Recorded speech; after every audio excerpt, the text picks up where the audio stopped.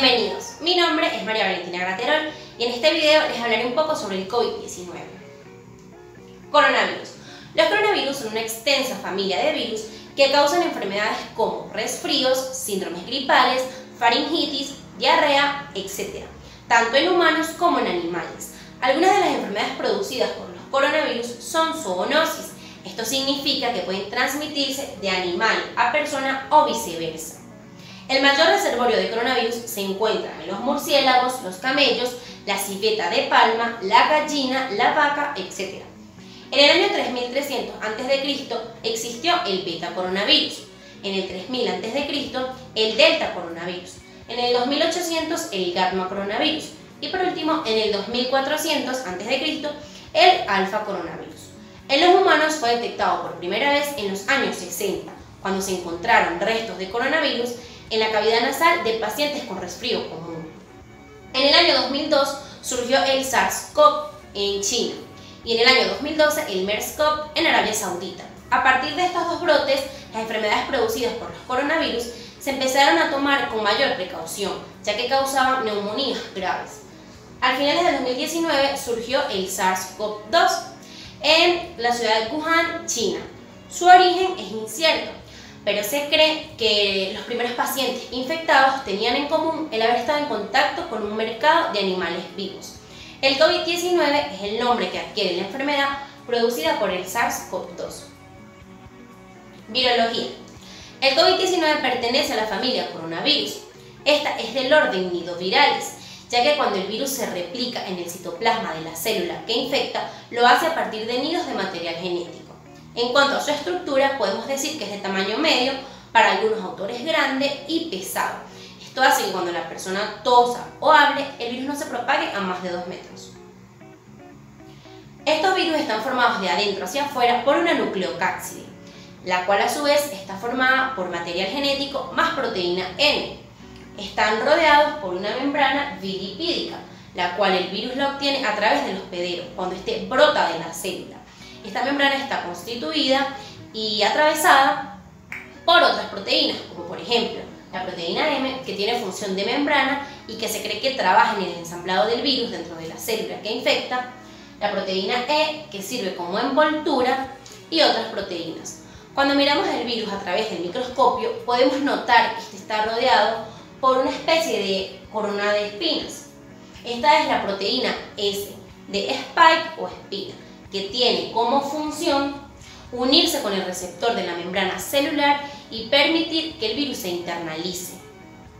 Estas proteínas pueden ser blancos de anticuerpos, pero principalmente lo será la proteína S o spike.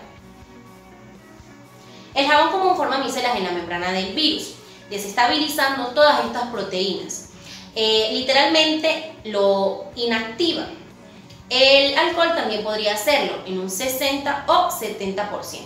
Aquí podemos ver cómo las moléculas de jabón penetran el virus y lo inactivan. Replicación viral. En este caso la replicación viral consiste en 3 pasos. La primera es la unión al receptor. El virus se une al receptor de la membrana celular y la internaliza. La replicación, que esta ocurre en el citoplasma, en donde también se da el ensamblado del virus. Y por último, el brote del virus. Este ocurre por medio de la exocitosis. El virus brota de la célula llevando consigo parte de la membrana lipídica de la misma. Manifestaciones clínicas. El virus entra principalmente al organismo por el pulmón, utilizando como llave la proteína S o spike, que al unirse con el receptor EK2 de los neumocitos, ingresa a la célula y de allí infecta y se disemina por todo el organismo, causando una respuesta inflamatoria local y sistémica severa. ¿Por qué el COVID-19 afecta con mayor gravedad a los pacientes añosos y con comorbilidades? Esto ocurre porque estas personas ya tienen una disfunción orgánica crónica, no viven en homeostasis. En otras palabras, su sistema inmune ya se encuentra debilitado y en algunos casos tienen muy poca o ninguna probabilidad de defenderse ante este tipo de virus. Tal es el caso de personas con enfermedad pulmonar obstructiva crónica, diabetes, hipertensión arterial, insuficiencia cardíaca, asma, infectados por VIH, cáncer, trasplantados, etc. Periodo de infectividad. Se cree que un individuo infecta cuando tiene viremia, pero esto va a depender de la severidad de la enfermedad.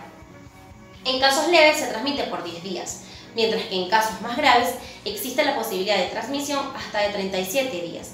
Los pacientes asintomáticos también transmiten la infección, sin embargo, no se tiene claro el periodo de tiempo por el cual esto ocurre. Periodo de incubación. Se cree que dura 14 días. Los pacientes comienzan a manifestar síntomas a partir del cuarto y séptimo día de contacto. Manifestaciones clínicas. El diagnóstico diferencial es muy amplio, pero los síntomas más frecuentes son la fiebre, la tos seca y, cuando el caso es grave, disnea. Los síntomas de las vías aéreas altas, como la obstrucción o secreción nasal y el dolor de garganta, son más raros. La clínica puede ser dividida en dos, según su gravedad y según el órgano infectado. También debemos tener en cuenta que el COVID-19 puede causar clínica por descompensación de la patología de base.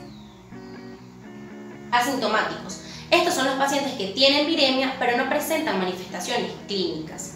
Pueden tener infiltrado visto desde la tomografía de tórax, infiltrado de vidrio despulido. Síntomas leves a moderados representan el 80% de los casos. Esto se caracteriza por tos, malestar y fiebre.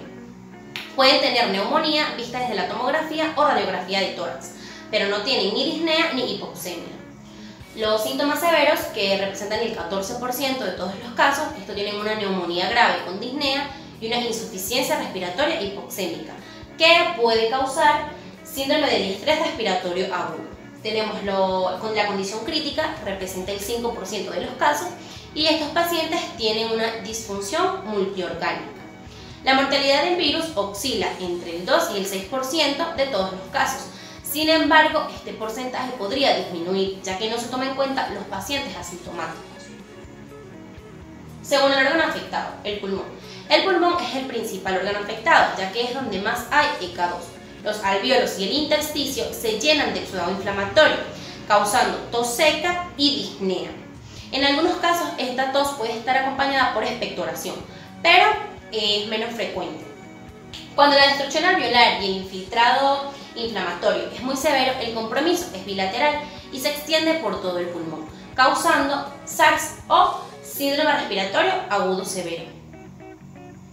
Vasos sanguíneos. En las células endoteliales y en la musculatura lisa de las paredes de las arterias y las venas también hay ECA2.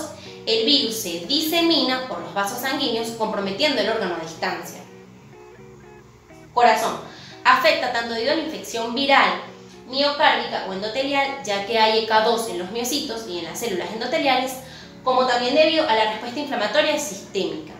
En el COVID-19 podemos ver miocarditis, podemos ver arritmias, descompensación de la insuficiencia cardíaca de base, trombos, microtrombos e infartos tipo 1.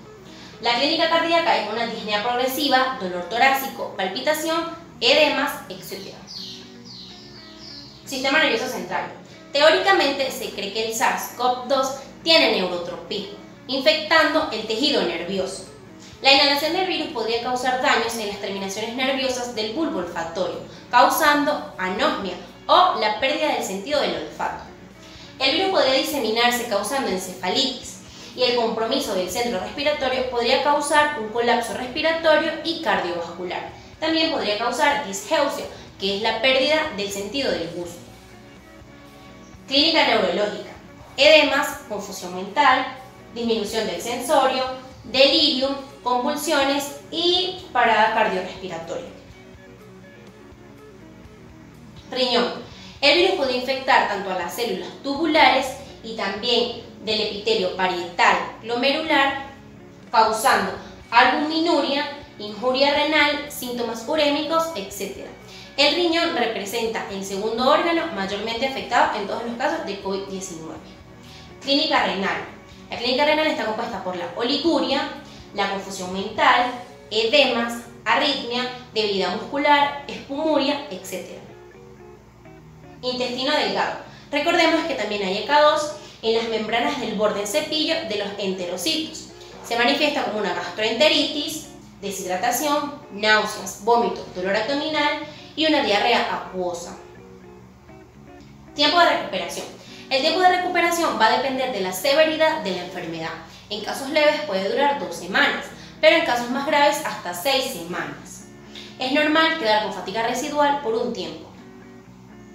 Manifestaciones radiológicas. Radiografía de tórax. Aquí se puede observar un patrón intersticial bilateral a predominio de las bases, pero también puede haber consolidación con broncograma aéreo y derrame pleural. Tomografía de tórax. El patrón más característico es en vidrio esmerilado o vidrio despulido, por compromiso intersticial. Pruebas diagnósticas utilizadas en Venezuela. Tenemos la prueba de reacción en cadena de la polimerasa o PCR, la cual busca identificar el virus a través de su material genético.